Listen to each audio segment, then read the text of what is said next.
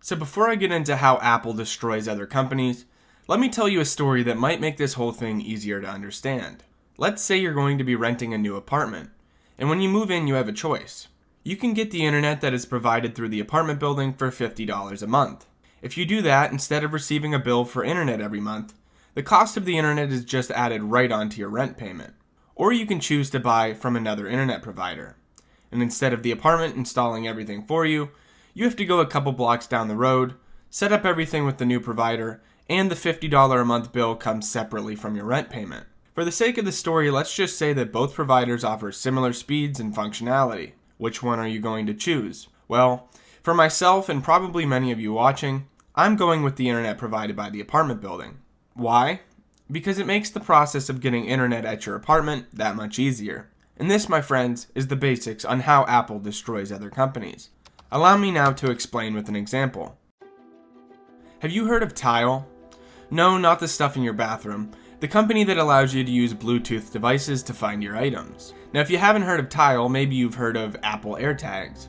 You know, pretty much the exact same thing as Tile, but with the Apple logo on them.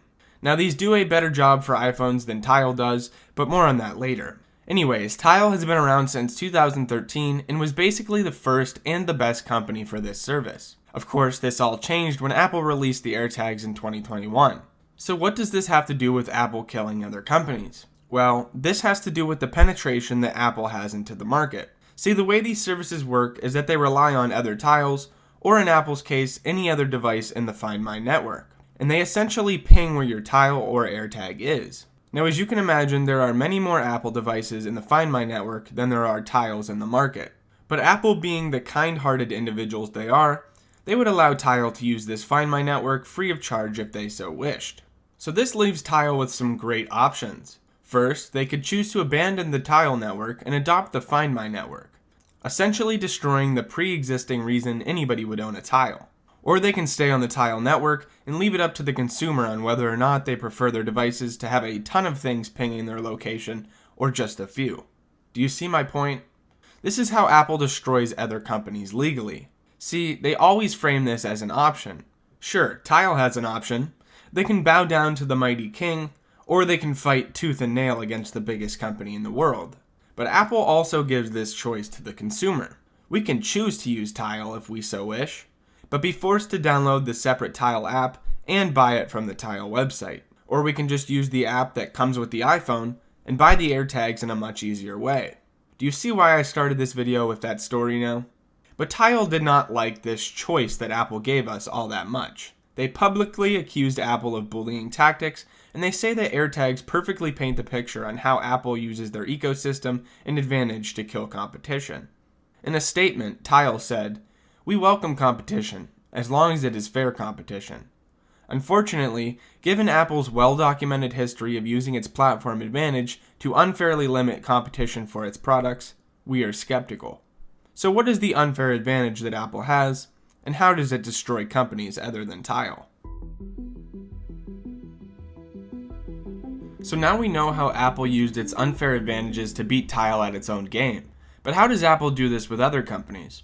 Well, they do this by having the Apple ecosystem. And when I say ecosystem, no, I don't mean the squirrels and birds in your backyard. I mean the interconnectedness of Apple products. If a customer has an iPhone, they are exponentially more likely to have AirPods, a MacBook, an iPad, and/or AirTags. Of course, these products can be purchased on their own, but when they work so well together, why not buy them all?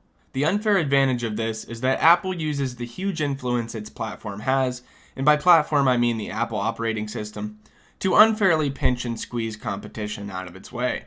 So let's break this down using a few more examples of when Apple did this with other companies, because they pretty much always used the same formula. And that formula goes something like this, and listen closely because it'll come up time and time again. A useful product or service is offered by another company.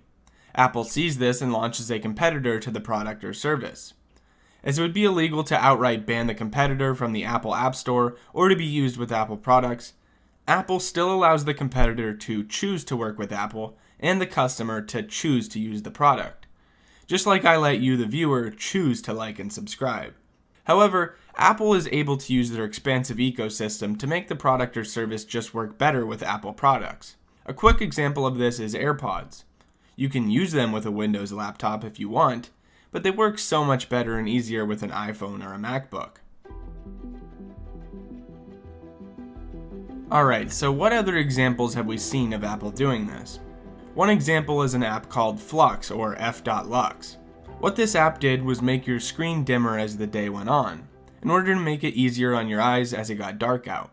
Simple enough, right? Well, in 2015, Apple kicked the app out of their App Store. Apple said their reasoning was because of how Flux actually went in and used functionality on the device that they didn't want other developers messing with. This makes some sense, I guess. But interestingly enough, not long after, Apple came out with their own version of this called Night Shift. This did essentially the same thing as Flux. Now this wouldn't fit the formula that I just told you about without the choice. The choice being that you can still download Flux by going to their website and dealing with downloading the actual files onto your iPhone, but it just becomes a lot less seamless than using the pre-built-in function of Night Shift, and you still have that quote-unquote choice. So there are multiple examples of this. Some more include the iPad stylus. You can choose to get a third-party stylus from your iPad on Amazon, but none of them connect as well. None of them have the ability to charge by magnetically connecting to the iPad, and they just don't work as smoothly. Of course, you can choose to use a different stylus, but if you have the money for the real one, why would you? Another example is Duet Display. This was a software that let you use your iPad as a second display on your Mac. Again, in Apple fashion, they came out with Sidecar. Sidecar offers pretty much the same features of Duet Display, but it's just the easiest way to do this on an iPad. But of course, you can still choose to use Duet Display if you really want to. So as you can see, there are a number of examples of Apple using their penetration in the market to minimize the effects of their competition. And the examples I just used are only a few of them. I'm sure you guys can come up with some other examples in the comments. But really, this all comes down to a serious problem with Apple and how they utilize their platform. There really isn't an easy answer. Should Apple be able to use their platform to make it as seamless as possible for all their customers? Well, personally, I don't know. But I don't think that this is going to be something that disappears, and only time will tell what happens with this situation. Let me know what you think about Apple down below. And if you enjoyed the video, consider leaving a like and subscribing for more content like this.